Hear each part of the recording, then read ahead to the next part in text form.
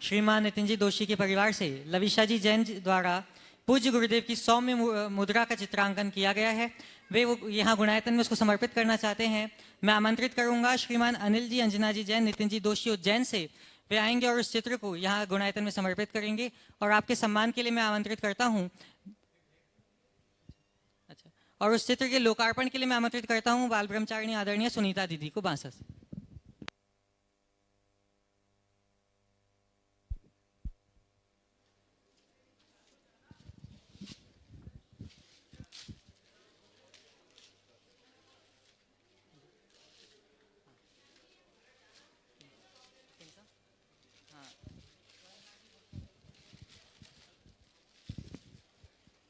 बंधुओं, इसी क्रम में अंगूठी की सोने की अंगूठी देकर जिन्होंने अपने जीवन को स्वर्णिम बनाया है, मिश्री बाई जी मोदी, श्रीमान अनिल जी मोदी जी की जो माता जी हैं, मैं चाहूंगा कि वे अपने स्थान पे खड़े होकर पूज्य गुरुदेव का आशीर्वाद प्राप्त करेंगी।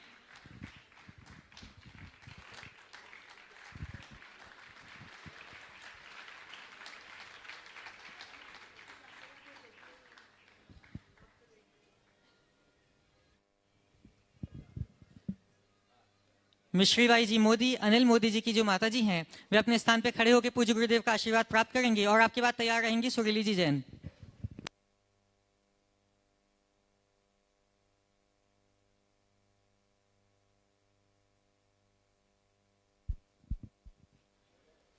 उपस्थित होंगी सुरीली जी जैन CS। और आपके बाद आमंत्रित हैं ब्रह्मचारिणी सुनीता दीदी जी बांसा से। गुरुदेव के चरणों में त्रिबार नमोस्तु। भगवान, मेरा प्रश्न यह है कि संसार में प्रत्येक शरीर का पर्याय का परिणमन होता रहता है और वो कहीं ना कहीं जन्म लेता रहता है परिणमन के साथ में। 84 लाख योनियों में परिणमन करता है, तो वही आत्माएं 84 लाख योनियों में परिणमन करती रहती है। तो आत्माएं क्या निश्चित है भगवान संसार में कि उतनी ही आत्मा है वो अलग अलग योनियों में परिणमन करती है और निश्चित आत्माएं होती है? अनंत है, जिसका कोई अंत नहीं और जिसे गिना नहीं जा सकता। नमस्ते। आगे आमंत्रित हैं ब्रह्मचारिणी सुनीता दीदी जी बांसा से। गुरुवर के चरणों में नमोस्तु, सभी छुल्लक जी के चरणों में इच्छा में।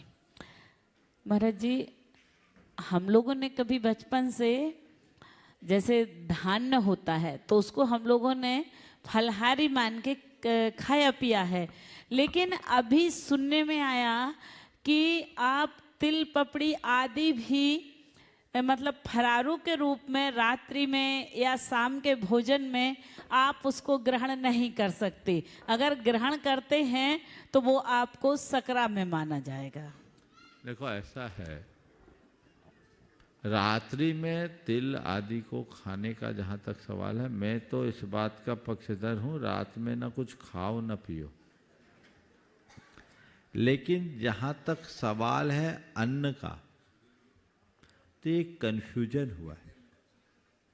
आदि पुराण में, तिलोपनिषद में, हरिवंश पुराण में, कुछ अन्य ग्रंथों में भोग भूमि से जब कर्म भूमि की ओर सृष्टि बुड़ी तो इस धरती में स्वाभाविक रूप से उत्पन्न होने वाली फसलों का उल्लेख है।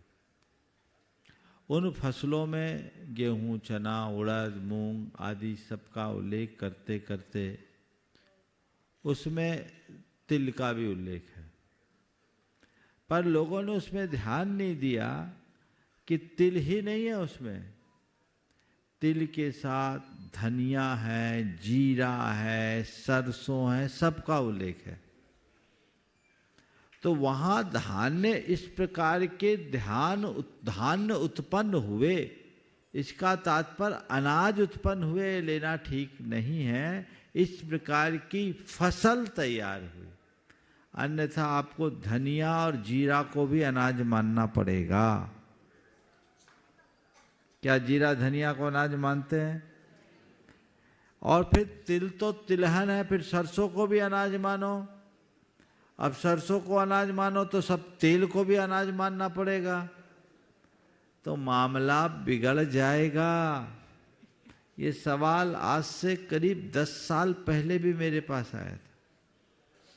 तो ये जो है उसमें कोदो को भी लिया है, कुट्टू को भी लिया है। ये सब चीज़ें जो आज जिसे अनाज नहीं माना जाता और जो अनाज के त्यागी हैं उनको वापरते हैं, तो वो धान्य है। समझ, कोदो नहीं, समा का चावल को अनाज नहीं माना जाता, उसमें समा भी है। बहुत सारी चीज़ें हैं, आदि पुराण में इसका उल्लेख है, उन सबको वहाँ लिखा।